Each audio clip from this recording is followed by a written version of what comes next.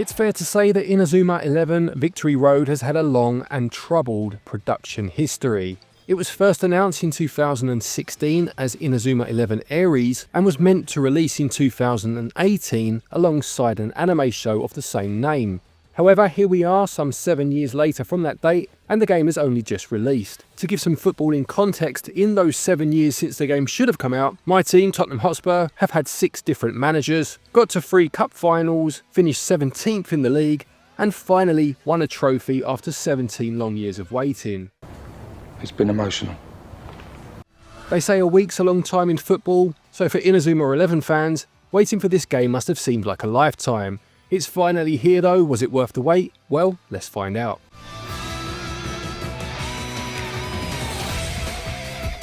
Let's start with story then, and there are actually 2 different modes within Inazuma 11 Victory Road that have their own story. Let's start with story mode then, and this takes place 25 years after the original Inazuma 11 and follows a young man named Destin Billows who has just enrolled at South Sirius Junior High. South Sirius banned football 5 years ago after a sporting incident put shame upon the school's name, and Destin himself also has a troubled history with the sport. This culminates in a zero to hero story of Destin and friends trying to rebuild a football team against all odds. All the while, Ryman Junior High have their own new superstar, Harper Evans, son of the protagonist from the first game in this series, and their destinies entwine as the game goes on. The other place you'll find a story is in Chronicle mode, which is very different, and we'll get to that a bit later. But this is set in the far future, a dystopian future at that, when a boy named Vic comes back through time to witness the spirit of football going all the way back to the first game and working his way through the series to learn lessons that could save his timeline. I won't say any more about the story itself, but I will say that the production values and level of polish put into the story are quite incredible. There are a vast number of in-game anime cutscenes done by animation studio Mappa that are quite sublime and really do help to sell the story. Let's move on to gameplay now then, and this is quite interesting because in story mode, bearing in mind of course that it tells a story of a school that has banned football, it does take a good while for the football inside of things to heat up. I would estimate you're a good 3.5–4 hours into story mode before any sort of football really takes place. It's an RPG and you'll be making your way through a number of different locations, taking on small quests. Early game, these really do equate to just finding out information about something by visiting various points of interest on your map, speaking to people, etc. But there are battles involved and these take the form of rock, paper, scissors style face-offs. It could be that you're talking to the hall monitors in school, a local gang outside of the school grounds, or even helping an older lady across the road, but all of these take the form of this battle style system. You'll need to inflict damage before your opponent does the same to you by winning at rock, paper, scissors, and doing so will see you level up.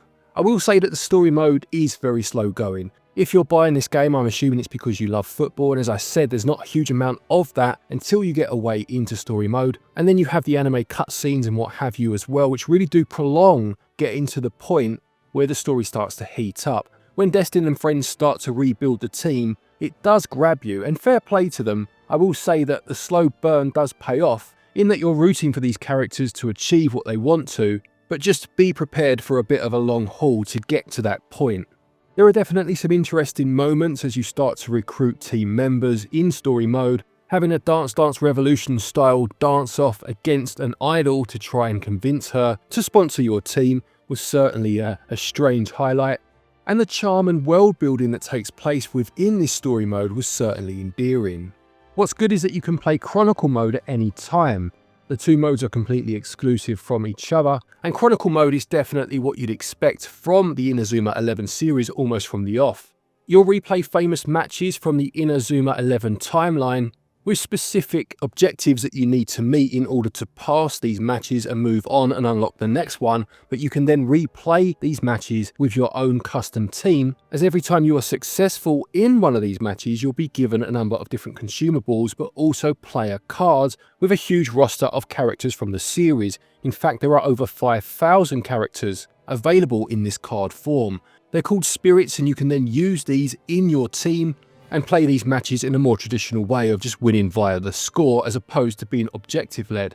The matches themselves take place in real time, with moments where characters will lock together and you'll be given a choice of actions. If you have a special move that you can perform, you can do this here, or you'll need to try and either win the ball back or get round an opponent, for example, take a shot at goal by aiming where you want the shot to go, that sort of thing. And the card spirit system felt like a fresher version of FIFA or EA Sports Ultimate Team.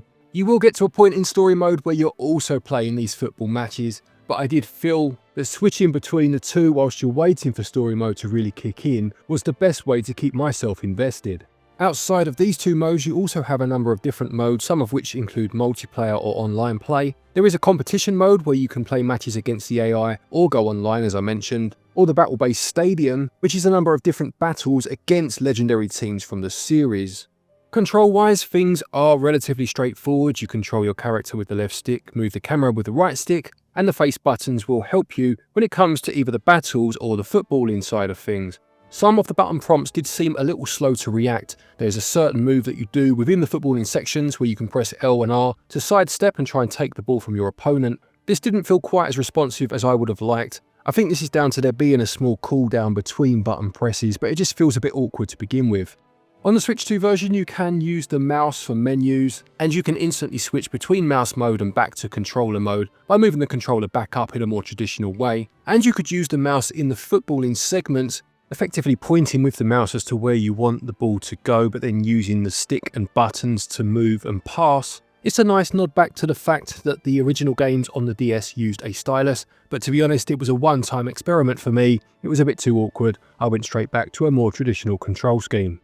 Gameplay is a curious one because the story mode does take a while to get going, but I have to admit it did build my affection for these characters, and the wait to get to the footballing part of the story felt just as pertinent to you as the player as it did to the characters. Having the other game modes ready and available to jump straight into the football definitely helped too, and on balance, gameplay gets 17 out of 20. Controls are fine, albeit there are a few moments where a period of acclimatization does need to take place. They also get 17 out of 20. Let's move on to visuals and performance now then, and I will say straight from the off that I do think this is a quite stunning looking game. There are a number of different art styles at play. You have the 3D models of the main segments of the game, you have those beautiful anime cutscenes that I mentioned earlier, and you also have some still images that almost look like they're coloured in pastel as the story is told. It's a very stylish game, I will give it that. The moments when you go from the end of one chapter into the next are almost carried out in Saturday morning cartoon style, with a roundup of what's just happened and what's to come in the next episode, in air quotes, before the title of the next chapter appears on screen. The game world is a lovely one to explore. I love the rural Japan setting as you make your way through the small towns into slightly bigger cities, and the number of different footballing events you take part in, starting with really humble beginnings and moving your way up, again, just adds a lot of character to the game. On a more technical level, the game on the Switch 2 can run at 60 frames per second, and I believe it's 4K resolution on the big screen. The Switch 1 version, from what I've heard, bearing in mind I haven't played it, this is a Switch 2 review, you're looking at 1080 and 30 frames per second. There is a quality mode in the Switch 2 version that you can turn on or off, but I played it on for the full playthrough and didn't really notice any drops. It's lovely and smooth to play, and barring a couple of small issues such as the draw distance sometimes breaking the immersion, shadows looking a bit basic at times, and some of the more detailed textures, things such as logos on t-shirts for example, not looking as crisp, I did think on the whole the game looked beautiful. Whilst the vast majority of my time with this game was in docked mode, I did have a quick go in handheld, and I will say that the image quality here is lovely and crisp. Really nice, vibrant quality to the images, making it a joy to play this way too. When it comes to audio, you can choose between English voice or Japanese. I myself played with Japanese voices and the English subtitles. For me, this really enhanced the experience, but you don't have to play this way, there is the option as I mentioned. And the music in the game really is quite lovely, I must say. It has a really melodic feel to it. You really do feel as if you're in a small Japanese suburb. It's very calming to play, but of course at the moments where it needs to infuse a bit of action into what's happening, it does this too. The football matches being a good example of this, of course. Visuals are very much more than a sum of their parts, with a beautiful world to explore, and a level of style and presentation that's very welcome in a game like this, a big RPG. They get 19 out of 20. Audio is a very similar story, very fitting to what's happening on screen, and the Japanese voice cast do a great job of making you feel for these characters with all the emotions that they experience. It also gets 19 out of 20. Inazuma 11 Victory Road on the Switch 2 costs £60 and 3 pence, and regional equivalents are on your screen now. Now this is expensive, I will say this, but you do get two different stories within the game, being the story mode and the Chronicle mode, as well as the other modes that allow you to play online. There's a vast number of characters from the previous games that you can play as in the Chronicle mode, a number of different side quests that you can partake in, and a level of polish and high presentation that I really did appreciate.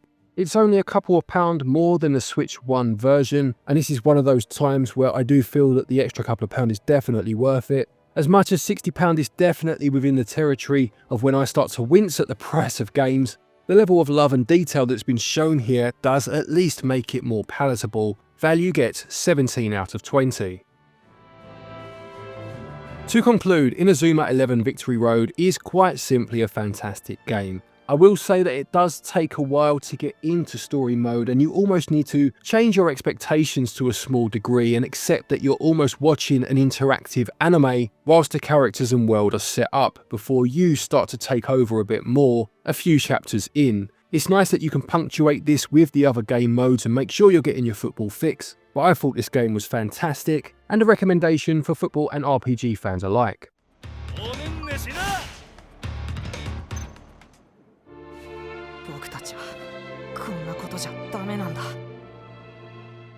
Inazuma 11 Victory Road gets a SwitchUp score of 89%. So there you have it, that's my review of Inazuma 11 Victory Road. Have you been playing this one? What do you think of it? Please do let me know in the comment section below. How has your team done in the 7 years since this game should have released? Let me know who you support and what they've achieved. However much it may or may not be, stick it all in the comment section below, I'd love to give it a read. If you are looking for eShop credit to pick this game up, you can use our website, don't forget, switchup.gg, and doing so will get you 5% of your purchase price back as cashback. And there are links down there to Play Asia if you're looking to import any games. Just use our link and code and you'll save yourself 5% there too. Thank you to our patrons and our channel members for your continued support, and to each and every one of you for watching our videos. Take care, and until next time, happy gaming.